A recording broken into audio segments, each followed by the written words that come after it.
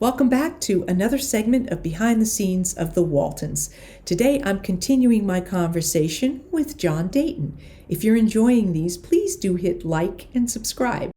So, a question about doing a period show, like, of course, with the Waltons, we had a wonderful art department, Oh um, yeah, and Ed Ed Graves Graves. did such beautiful Yeah. work. But how do they source like props and things? I mean, it's easier, I think, to find period furniture or make things look like that. But like if you talk about Ike Godsey's store, I was thinking about this recently because there was an episode where Jim Bob's supposed to be taking care of the store and he flies this airplane up and it knocks down a bunch of cans as he's going up to get Oh, it. I remember that. Yeah. Airplane. And yeah, it was the Stray. And I seem to remember things. I mean, they always looked aged and stuff like that, but clearly they weren't going to run around and find old sources of, cans of Spam from 1930s. So it seemed to me that they would have been just creating labels on probably empty cans and things like that. Or, um, That that wasn't done so much that I recall. But did you ever get to wander around the prop house? no, never. Oh my God, Judy, it was unbelievable. It was just unbelievable. When um, Dated Soul, when they redid Casablanca as a series, in fact, Ralph Sininsky directed it. They went into that prop house and found those original lamps that were used in the original movie. They Wow. just didn't throw anything away unless it got broken accidentally. Um, and there, it was, wish I could go there today. I hope it's still there. But you could go in and remember we talked about or I talked about that parrot that was Yes. parrot that was up on the, Yeah. By the phone. yeah, between the kitchen and the living room. Evidently that came out of the prop. Just walked over and said, "I need you know, I need something here." But it was extraordinary. It was like an airport hangar. And the same was true of set construction, Yeah. the mill, They would have had all the flats and stuff that they could just, yeah. So they would have just had all kinds of stuff in the prop department that was already sort of period. period. And so they, 19, when did Warner Brothers and First National, I, well, Warner Brothers bought the studio from First National, but we're talking the 20s, 1920s, and just don't throw anything away, yeah. you know? Yeah. And that is definitely an advantage that the studios have, and something I think that was really evident when they did the remake of the Homecoming was how it didn't feel period in the same way. And I think that they just didn't, their team didn't have the same resources to be able to just find all Or, those sort of or period Spence. things. Yeah, I mean, I of course I was in the wardrobe department a few times, Uh, and that was, all the Phenomenal, rows wasn't and it? rows of, yeah. I mean, it was like going to Western costume in Hollywood. Same sort of thing where you just And rows if and rows of and if you stuff. didn't have I don't ever remember there not being wardrobe, but if you didn't, it could be rented. Mm. There were from Western Costume, and there were prop rental houses off the lot, Uh, where you could go if you needed. I just don't recall not having something for our show. yeah, because people will ask, like, well, what, beyond did we take anything when the show ended? And first of all, I Yeah. said, well, I didn't know the show was ending. And also that, when people say, where did it all go? It's like, first of all, it wasn't ours to take. And second of all, my sense is everything went back It's where it is. into storage, into, the prop department or the wardrobe department or whatever. Um, so, now the vehicles were a little Yeah, different. yeah, You they were different. And know, in fact, I noticed I was watching, yeah, it was one of the episodes the other day.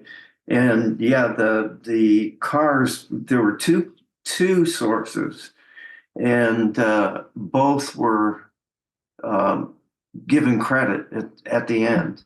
And why can't I remember those companies? One was, I think, Movie Land Yeah, Museum something. or something like that, Yeah. which doesn't exist anymore because I looked it up and it, Oh, did you?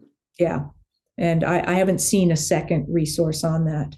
Um, but it was kind of like someone asked, what happened to the truck afterwards? I don't know where they got the truck, and we had it for, Oh, 9. we had all the time. I Yeah, think that belonged to Warner Brothers. it would make sense that they would have, they certainly didn't maintain it. Yeah. I think it spends at least half of its time not running And being towed or and being pushed. towed. Yes. I remember a shot out in front of the house where they couldn't get enough people to push to get the truck started. And I went over and we pushed, and then we got going a little bit fast and ended up in the frame, of course. Oh no. Didn't stop. I think that Well, was the one where Will was supposed to drive. Maybe not. I don't. I was surprised when I spoke with Leslie at one point that she said she could never drive that red car that was supposed to be Cindy's car. Uh-huh. She said she couldn't drive it. So, they did a really good job at times of making it look like people who didn't drive could drive. Good drive, yeah. It really, I mean, since because sometimes it wasn't as if it was a really long shot. So you'd see something that looked like the person was pulling up in front of Ike's store or something. It's like, And did you ever suffer from like Richard, being not being cast because of your familiarity? oh yeah, No, oh yeah, really? definitely. You had I to mean, deal I understand it because at that point in time where there were really still only 3 networks, with. and you've just spent 9 seasons Mhm. on a show, and it's now the 1980s, and the whole style of shows had changed to the whole sort of glamour thing, the nighttime soaps, the Dynasty, Dallas, Knots Landing, all of that type of glamour thing. And I, I remember an agent going, well, you're just not pretty enough or whatever. It's like they want a glamour type and stuff, or they know you, they think you're great, but they don't think you're right. So that's why I went back and just started doing theater. Yeah, Mhm. because it I was mean, is kind of that how like my you? name was useful in doing theater. But Yeah. yeah, I mean, how do you deal with that internally? I mean, as a human being. I mean it's tough. It was an odd thing because people would ask me.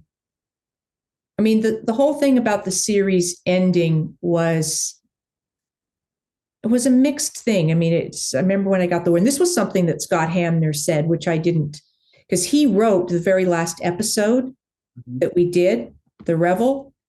And I asked him, I said, we didn't know it was last story. Did you hear any rumors about it being the last episode? He goes, oh yeah, they knew.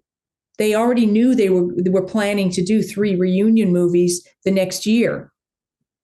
That was his recollection of what happened. So my sense is that they just didn't want to say anything because, maybe they thought it would be too tough, or who knows what would happen if I'm not sure they ever, again, I don't know that they ever really trusted us in some odd way, like, oh, well, we better not tell them because maybe they'll be, I don't know what they thought would be the purpose of not telling us if they knew it was going to be the last episode. Maybe they still had some sense of, well, we're not positive, because it seemed like at the end of season 8, when they did a decade of the Waltons, as if they thought that was going to be the last season. And that made sense to wrap it up that way. Or at the end of was at the end of season 7 when they did Founders Day, which had a beautiful wrap up narration. What I was in. by Earl, Um, so Wasn't that the one with Dean Jagger? Yeah, yeah, that's the yeah. one where I played the piano. So I had the feeling that, I mean, the last couple seasons that we were sort of lucky to get picked up for the 8th season, and then really lucky to get picked up for the 9th. So whether that was something they thought every year that it was going to be the last year, I mean, I think it was, the ratings were dropping over the last couple of years. Michael left after the 8th season or midway through the 8th season, and then Ralph only did a handful of episodes in the 9th season, there was something. I don't remember who left when, but by the 9th season, I don't even know if Ralph was around in the 9th season. So it kind of, we'd lost so many cast members that, and we'd come forward in time to the point where most of us were grown up, and, the show was just different. And I got it. It made sense. It wasn't the type of show like a Law and Order where it's sort of the same thing, and people can age, and yet that didn't really change the dynamic of the show, or a medical show, or the fact that we had grown up. Mm-hmm. It's like it was just a different show, and then you were losing so many cast members. I got it, but yeah, it was tough because I remember I was actually in Atlanta when I somehow heard, and I think I heard it like through the grapevine. I don't remember I was whether. to say, you didn't get any phone calls from the kids? Or? If I did, it might have been from like my agent letting me know that it hadn't been picked up or something. I don't totally remember how I heard, but I remember it being very, like I wasn't quite sure how to feel about it, because there's a certain thing about doing a show for that long where, as much as, I loved it and would have stayed as long as it ran, you feel like you're living in limbo. It's kind of like there will be a point where I have to find out what my life is going to be beyond the Waltons, which I had done from the time I was 14. Talk about growing up. And it's like, now I'm an adult. And it's the choice of continuing to act in front of the camera. To make those types of choices then, and to not know what that was going to be. So a part of me was anxious to sort of find out what my life was going to be beyond the Waltons, and yet it's all I'd known for 9 years, and it was so much a part of my life and my relationships with the cast and all of that it was sad, but it was sort of, okay, now I find out what the rest of my life is, and figure out how to build that, which was a little scary. I think it would be a lot scary. Yeah. I feel so grateful to have gone through all those awkward years that child actors go through, where unless you look young enough to really play young, there's a point where they're going to hire somebody 18 to play. Absolutely. 15, 16, 17, and I think it was really good for the show that we all did start young, and we went through all of those ages as them really being our ages, because I think there was an authenticity to it that isn't the same if you bring in someone who's older. I mean, all those storylines that I was doing as Mary Ellen was like, well, my life, man. It's like, this is a little too close to home. Thank you very much. I don't need to feel this exposed on national television. Yes, hello. So I was grateful too, because a lot of times that's when child actors can't get work. Yeah. It was funny because I never wanted to be an actor. I was terrible anyway. I'm so self-conscious. I wanted to be behind the camera. But I got to where I looked so young. I think it was that whatever episode that was where the graduation or whatever, where I had Career to girl. Yeah. get the diploma from Yeah. Richard, and Michael shouted out, "That's the oldest," and I mean, Senior. I was, no, I wasn't 30 yet, but I was pretty old. And yeah, I went on a lot of auditions, which I'm glad I didn't get, but because I had that young look. And you're right, I don't know if audiences can understand that. Basically, I think women well, in those days, if you were 40, you were old.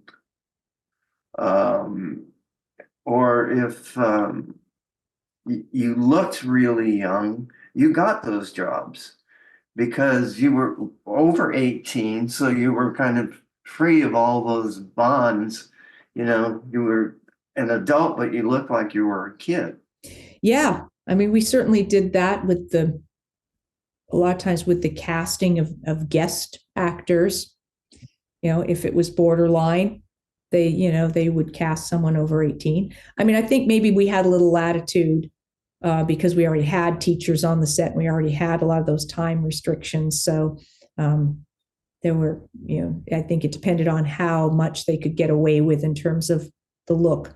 But I don't know that it's changed that much. I certainly, see that still. And with women that, if a character's supposed to be 40, I mean, even with Michael Learned, I mean, she was like 33, 34 when she was cast. And that certainly wasn't the age she was supposed to be. I mean, she was, supposed to be probably closer to late 30s, at least another 5 years older, At least. Yeah. I mean, now granted, now they said that she was underage when she and John got married. So clearly she had John Boy. So she could have, she actually theoretically could have been, she could have been like 35 or something if she'd been only about 18 or something when she had John Boy, and he was only about 16, 17 in the first season. So she wasn't that far off. Ralph was a little older, I think, than how much age difference they felt there was meant to be between Olivia and John. I'm not sure. But I don't know either, but it worked. Yeah, but a lot of times you end up with that with a woman who's supposed to be in her 40s. They'll cast someone who's in their 30s. So it's like you really, as a woman, hit a point where, even for a role that might be your age, they might end up casting a fair bit younger, unless you are really an established name, in which case you can be 45 or 50 and playing 30 because against a leading man who's actually about 30 because they want to make use of that recognizable actress, So yeah, it's an interesting industry, and age definitely plays a part. I mean, that was what was so fascinating about Ellen Corby, was that even when she was I know a young girl, she didn't go the sort of plastic surgery route to keep trying to look younger and younger. So she started playing older characters when she was, quite a bit younger. I think she was 59, 60 or something like that when we did The Homecoming, I mean, when I think of that now, I mean, you think you're approaching. I'm older than she was when she did The Homecoming, Richard and I joked about that. It's like, oh yeah, if they ever really rebooted the Waltons, he's like, yeah, we could be grandma and grandpa, That would be great. How old? And then someone else said that Mary and I should play the Baldwin sisters. That would be great. Oh my goodness. Richard, I'm trying to think. Richard was 21 when he started, wasn't he? He was, 21 in the first season. He was 20 when we did The Homecoming. So I don't think we've ever talked about casting. Hmm. And what was your experience as we went along? Pam was there first, right? Or was it Barbara? It was Pam. Pam Palafroni cast all of us in The Homecoming. And then she did cast. Did you go to her office or was she brought over to the studio? Do you remember? Um, I think she came over to the studio Mhm. because I remember going into it was I honestly I don't remember exactly, but I think it might have been at CBS Radford, which is where we filmed The Homecoming, Right. all the interiors. And I remember, I think in the room it was Earl Hamner, Bob Jacks, Fielder Cook, who was the director. Bob Jacks was the executive producer, and I guess Pam was there. Not that I necessarily specifically remember that, but and I know I had been in to see her on other things, and she thought that she also said, "Oh yeah, I don't think any of those kids had ever acted before." And of course, me and John and Eric had all acted before. I think for Mary McDonough, it was her first interview and her first job.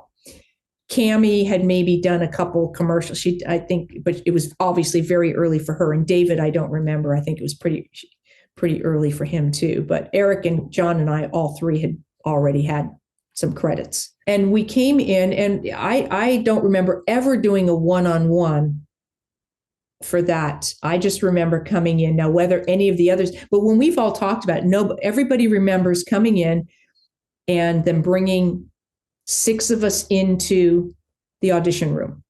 And we read the cracking walnut scene from The Homecoming, which, was really helpful for me because it was really, Mary Ellen was very featured in that scene. So it gave me an opportunity to really do something. Who read with you? I don't know whether Pam did or whether they had a reader, because it would have been John Boy would have been the character that was already cast. I think they already had Richard Thomas at that point because I think we were cast probably later in the equation. I'm sure they already had Patricia Neal and Richard Thomas cast. But I remember, the six of us and having us, just there sitting on the floor cracking walnuts, or miming cracking walnuts. And I believe my recollection is that I went in once and then I came back again and I think had another like kind of callback and then had a third callback. With Pam, right? With Pam. Yeah, same group, Fielder and Earl and Bob Jacks and Pam. And then the third time in for me, there was only six of us there and they brought us in and they put it, looked at all and basically said, you're the six that we want to use, which never happens. Right there? Right there in the room. Yeah. And it was funny because I was talking to Barbara Kotler, Cammie's mom. I had done, because I talked about this in one of my YouTube segments. And Barbara said when she watched that, she's like, oh, she said it was really helpful to her to see that and hear what I had to say because Cammie was six. So she said Cammie would come out and, from auditions and she would say things, but Barbara never knew what Cammie's understanding was of what had actually happened. Because I guess Cammie came out and went, oh yeah, they said that, we're hired or whatever. And so Barbara didn't know whether to believe that or not, or what does she think she heard? She thinks she heard that, but what was actually said? And of course you never believe that until you actually get the call from your I was going to say, now I wonder if Barbara was told anything. Well, she wouldn't have been in the room. So no, I mean, it's not like they ever came out and talked to the parents. So it would, we all left the audition and went home and, probably called our agent and said, this is what was said. And then we waited for the call. Yeah, I would have thought that Pam would have had someone, if she's telling you right there, you got the part. I has don't think she was the one who was telling us. It was either Fielder or Earl or something, you know. And that was one of the few times. I mean, every once in a while, I think I would have an audition where they might have you read with another actor who was auditioning for another role, but I'd never had that with like all 6 people here. And I don't know if I don't remember if any of the final group were part of the people I read with on prior occasions. There might have been some combination in my callback, but what it was in my first one, I don't know. I remember I did read one time for Pam, and she was scary for me. I mean, I wasn't working on the show. She was scary to me. They were all scary to me when I was a kid. Yeah. As a kid, yeah, that was my biggest memory about auditioning was well, auditions were scary. And you knew you had to do it, and if you couldn't get beyond the casting director, you were going nowhere, you know, unless you had the producer and the director in the right way. Well, and then once I was cast, once I was doing the series, I wasn't auditioning for stuff anymore because, as I said, you know, between seasons, it didn't seem like, you know, my agents were particularly getting me out for auditions. So why that was, I don't know. I know at one point I spoke with one of my agents and she said, "Oh, well, you know, we've had offers for you. It's just, you know, we can't, you weren't available." So she hadn't told me about it. I'm like, you know, it would have been really helpful if you had told me that, because here I was thinking nobody was interested. It would be better for me to know that someone was interested, but I wasn't available, than to think nobody was interested. Yeah. In terms of your own morale. Hello, or feelings. But, you know, I mean, I understood it that, you know, the company was not, they didn't work to, particularly with us, the younger cast, they were not interested in trying to make you available if another opportunity presented itself that conflicted. And I get it. You've got 11 cast members. You can't be making people available. But, you know, there certainly were, with some of the adults, they, I think, did make concessions to you know, make them available to do some other stuff. But I get it. You know, it has to stop someplace, and the kids were always the good place for things to stop. Well, you know, that old saying, I'm like, okay, I'm directing.